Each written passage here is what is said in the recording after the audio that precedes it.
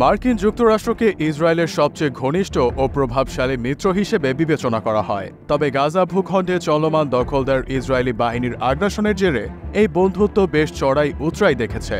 কিন্তু পরিস্থিতি যেমনই হোক, ইসরায়েলকে পূর্ণ সমর্থন দিয়ে যাচ্ছে যুক্তরাষ্ট্র। এর মধ্যেই সামনে এলো দুই বন্ধুর নতুন ফন্দি। জানা গেছে, গাজার শাসনভার নিয়ে নতুন নীল নকশা তৈরি করছে যুক্তরাষ্ট্র ও ইসরায়েল। বর্তমানে গাজার নিয়ন্ত্রণ ফিলিস্তিনের স্বাধীনতাকামী সংগঠন হামাসের ওপর থাকলেও আন্তর্জাতিকভাবে মাহমুদ আব্বাস ফিলিস্তিনের প্রেসিডেন্ট হিসেবে স্বীকৃত। তার প্রশাসনের বিরুদ্ধে দুর্নীতির বিস্তর অভিযোগ রয়েছে। অন্যদিকে ইসরায়েল ও তার পশ্চিমা মিত্ররা গাজা থেকে হামাস নির্মূলের পর সেখানে নিজেদের স্বার্থ রক্ষা করতে চায়। এই পরিস্থিতিতে গাজার শাসনভার অন্য কারো হাতে তুলে দিতে একটি জাতীয় কমিটি গঠন করার পরিকল্পনা করছে যুক্তরাষ্ট্র, ইসরায়েল ও সংযুক্ত আরব আমিরাত। তথ্যটি প্রকাশ করেছে মিডল ইস্ট আই। সংবাদ মাধ্যমটির প্রতিবেদনে বলা হয়েছে, গাজা যুদ্ধ শেষ হওয়ার পর উক্ত কমিটি উপত্যকার শাসনভার গ্রহণ করবে।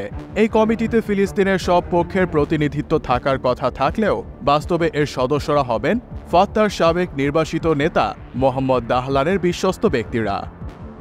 মোহাম্মদ দাহলান বর্তমানে সংযুক্ত আরব আমিরাতে নির্বাসিত জীবনযাপন করছেন। 2007 সালে গাজার নিয়ন্ত্রণ হারানোর পর তিনি ফিলিস্তিনি কর্তৃপক্ষের নিরাপত্তা উপদেষ্টা হিসেবে কাজ করেছিলেন। তবে দুর্নীতি ও অভ্যুত্থানের অভিযোগে 2011 সালে তাকে ফিলিস্তিনি ছাড়তে বাধ্য করা হয়। আব্বাসের ঘনিষ্ঠ নেতাদের চাপে তিনি নির্বাসিত হলেও দাহলান সব অভিযোগ অস্বীকার করেছেন। জাতীয় কমিটি গঠনের লক্ষ্যে দাহলান ও আমিরাতের কর্মকর্তারা সম্ভাব্য প্রতিনিধিদের সঙ্গে ধারাবাহিক বৈঠক করেছেন। এই প্রতিনিধিদের অধিকাংশেরই মার্কিন দূতাবাসের সঙ্গে ঘনিষ্ঠ সম্পর্ক রয়েছে। এদিকে আন্তর্জাতিক ও আঞ্চলিক রাষ্ট্রগুলো আব্বাসকে এই পরিকল্পনা মেনে নিতে চাপ দিচ্ছে, যার মধ্যে মিশর ও জর্ডানের নাম উল্লেখযোগ্য। তবে কাতার এই পরিকল্পনা থেকে নিজেকে সরিয়ে রেখেছে এবং গাজায় যুদ্ধবিরতির ব্যাপারে স্বাধীনতাকামী যোদ্ধাদের শীর্ষ নেতৃত্বকে চাপ দিয়ে যাচ্ছে। এই পরিস্থিতিতে গাজা, যেখানে বিভিন্ন দেশের স্বার্থ জড়িত, সেখানকার শাসনভার নিয়ে আন্তর্জাতিক কূটনীতিতে নতুন করে উত্তেজনা দেখা দিয়েছে।